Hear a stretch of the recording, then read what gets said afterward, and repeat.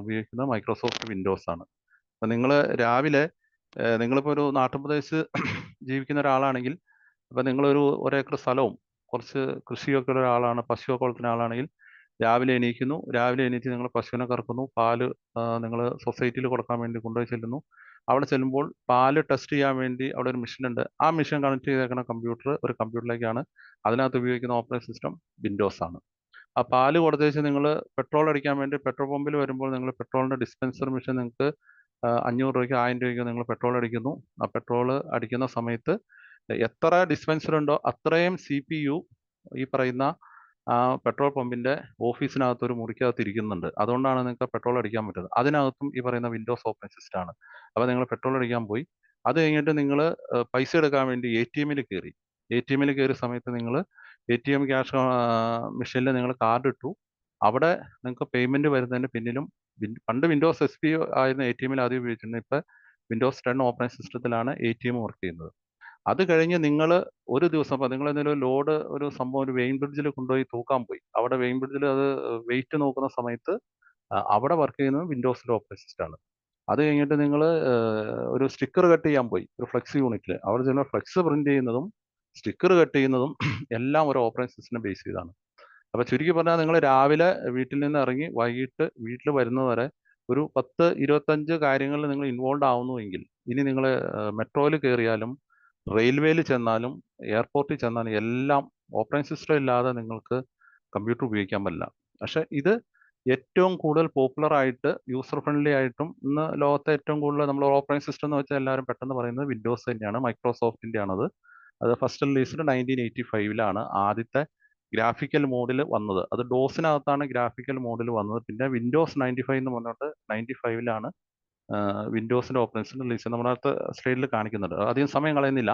ഇനി മാക് OS-ന്റെ ഒക്കെ ഡീറ്റെയിൽസ് 1984 തുടങ്ങി അന്ന് വേറെ പേരൊക്കെ ആയിരുന്നു. നമ്മൾ അതിനെപ്പറ്റി കൂടുതൽ സമയം ഈ സ്ലൈഡിൽ കളഞ്ഞതിന്റെ കാര്യമില്ല. ജസ്റ്റ് ഒന്ന് പറഞ്ഞത് മാത്രം.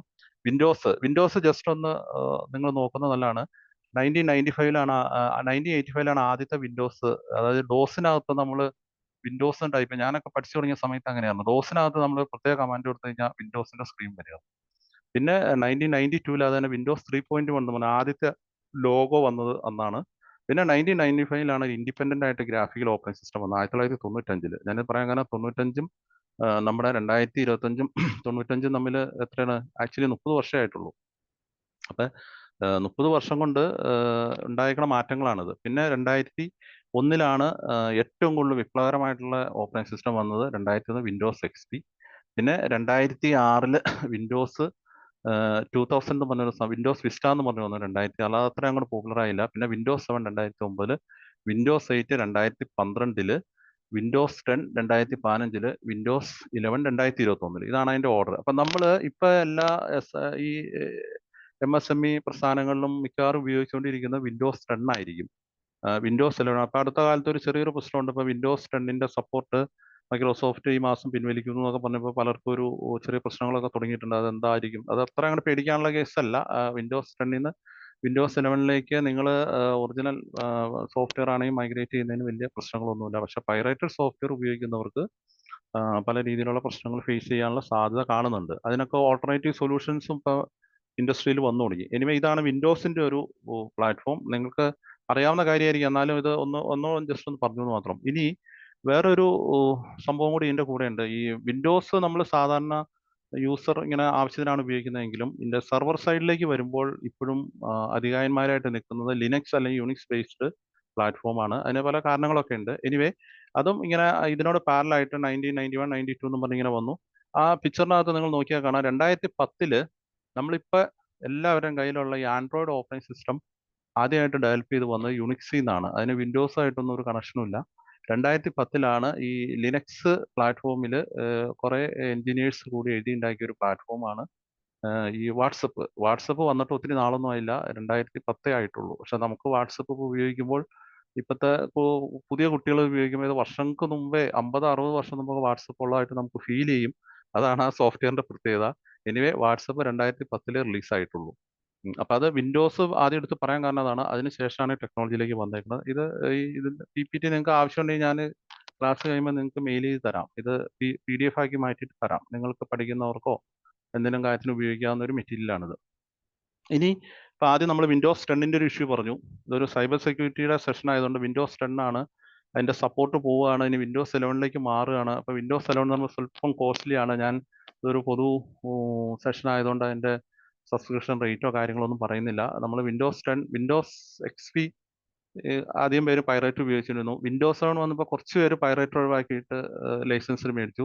വിൻഡോസ് 10 വന്നപ്പോൾ ഒരു 50% ആൾക്കാരും ലൈസൻസിലേക്ക് മാറിയിരുന്നു. കാരണം വിൻഡോസ് 10 പല ഫീച്ചേഴ്സും വർക്ക് ചെയ്യണമെങ്കിൽ അത് ലൈസൻസിലായിരിക്കണം. വിൻഡോസ് 11 വന്നു കഴിഞ്ഞാൽ പൈറേറ്റ് എന്ന എൻ്റെ കൺസെപ്റ്റിൽ വിൻഡോസ് 11 പൈറേറ്റ് ഒരു സ്ഥലത്തും വർക്ക് ചെയ്യുന്നില്ല എന്നാണ് ഞാൻ മനസ്സിലാക്കിയിരുന്നത്. കാരണം പൈറേറ്റ് സോഫ്റ്റ്വെയർ വിൻഡോസ് 11 മാർക്കറ്റിലുണ്ടോ എന്ന് ഞാൻ പൈറേറ്റിനെ പ്രോത്സാഹിപ്പിക്കുന്ന ആളല്ല. അതുകൊണ്ട് എനിക്ക് തോന്നുന്നു വിൻഡോസ് 11 എപ്പോഴും പെയ്ഡ് സോഫ്റ്റ്വെയർ ആയിട്ട് തന്നെയാണ് നിൽക്കുന്നത്. അപ്പോൾ ഒരു MSME പോലുള്ള സ്ഥാപനത്തിൽ ഇപ്പോൾ 10 കമ്പ്യൂട്ടറിൽ വിൻഡോസ് 10 ഇടണമെങ്കിൽ അതിൻ്റെ സബ്സ്ക്രിപ്ഷൻ എന്ന് പറഞ്ഞത് ലാക്സ് ഓഫ് റുപ്പീസ് വരും. അപ്പോൾ അതുകൊണ്ട് എന്തെങ്കിലും ഓൾട്ടർനേറ്റീവ് നിങ്ങൾക്ക് ചിന്തിക്കാൻ പറ്റും. അതാണ് ലിനക്സ് എന്ന് പറഞ്ഞൊരു ഓപ്പറേറ്റിംഗ് സിസ്റ്റം. ഇപ്പോൾ നമ്മുടെ കേരള സർക്കാരിൻ്റെ പല ഡിപ്പാർട്ട്മെന്റിലും KICB, റവന്യൂ ഡിപ്പാർട്ട്മെന്റിലൊക്കെ നിങ്ങൾ ചെന്ന് കഴിഞ്ഞാൽ അവിടെ എല്ലാം ഉബുണ്ടു എന്ന് പറഞ്ഞൊരു ഓപ്പറേറ്റിംഗ് സിസ്റ്റത്തിലാണ് ഉപയോഗിക്കുന്ന പല കാര്യത്തിനും. ഉബുണ്ടുവിൽ ഒരുമാതിരി എല്ലാ കാര്യങ്ങളും ചെയ്യാൻ വിൻഡോസ് 7 അല്ലെങ്കിൽ വിൻഡോസ് 10 അല്ലെങ്കിൽ വിൻഡോസ് 11 പോലത്തെ ഗ്രാഫിക്കൽ ഓപ്പറേറ്റിംഗ് സിസ്റ്റം ലിനക്സിനുണ്ട്. അതിൻ്റെ പേര് ഉബുണ്ടു സ്റ്റുഡിയോ എന്നാണ് ശരിക്കും പറഞ്ഞത്. നിങ്ങൾ നിങ്ങളുടെ ഹാർഡ്വെയർ ചെയ്യുന്ന പാർട്ടിയോട് പറഞ്ഞാൽ മതി. ഉബുണ്ടു സ്റ്റുഡിയോ രണ്ടും രണ്ടാണ്. ഉബുണ്ടു ആണ് സ്കൂളുകളിൽ പൊതുവെ ഉപയോഗിക്കുന്നത്. സ്കൂളുകളിലെ എല്ലാ കുട്ടികളും പഠിക്കുന്ന ഉബുണ്ടുവിലാണ് പല പ്രോഗ്രാം ചെയ്യുന്നത്. അതിൻ്റെ കൂടെ ഉബുണ്ടു സ്റ്റുഡിയോ എന്ന് പറഞ്ഞൊരു സംഭവമുണ്ട്. നിങ്ങൾ ഗൂഗിളിൽ എടുത്തിട്ട് ഉബുണ്ടു സ്റ്റുഡിയോ എന്ന് കൊടുത്തു കഴിഞ്ഞാൽ ഉബുണ്ടുവിൻ്റെ സ്റ്റുഡിയോ സൈറ്റ് വരും. അതിനകത്ത് നിങ്ങൾ ചെന്ന് കഴിഞ്ഞാൽ അതിൻ്റെ ISO ഇമേജ് നിങ്ങൾക്ക് ഫ്രീ ആയിട്ട് ഡൗൺലോഡ് ചെയ്യാം. അത് ഡൗൺലോഡ് ചെയ്ത് കഴിഞ്ഞിട്ട് ഒരു പെൻഡ്രൈവിലേക്ക് നിങ്ങൾക്ക് അതിനെ ബൂട്ടബിൾ ആക്കി മാറ്റി കഴിഞ്ഞാൽ നിങ്ങൾക്ക് ആ പെൻഡ്രൈവ് ഉപയോഗിച്ച് നിങ്ങളുടെ ലാപ്ടോപ്പിലോ ഡെസ്ക്ടോപ്പിലോ ഉബുണ്ടു സ്റ്റുഡിയോ ഇൻസ്റ്റാൾ ചെയ്യാൻ പറ്റും. ഈ ഉബുണ്ടു സ്റ്റുഡിയോ എന്ന് വെച്ചാൽ കറക്റ്റ് ഗ്രാഫിക്കൽ ഓപ്പറേറ്റിംഗ് സിസ്റ്റം ആണ്. ഞാനിപ്പോൾ സ്ക്രീനിൽ കാണിച്ചിരിക്കുന്നത് ഉബുണ്ടു സ്റ്റുഡിയോയുടെ ഒരു ഗ്രാഫിക്കൽ സ്ക്രീനാണ്. നമ്മൾ സിനിമയൊക്കെ എഡിറ്റ് ചെയ്യുന്നപ്പോൾ ഈ ഉബുണ്ടു സ്റ്റുഡിയോ വെച്ച് എഡിറ്റ് ചെയ്ത 1-2 മലയാളം സിനിമകളൊക്കെ ഇറങ്ങിയിട്ടുണ്ട്.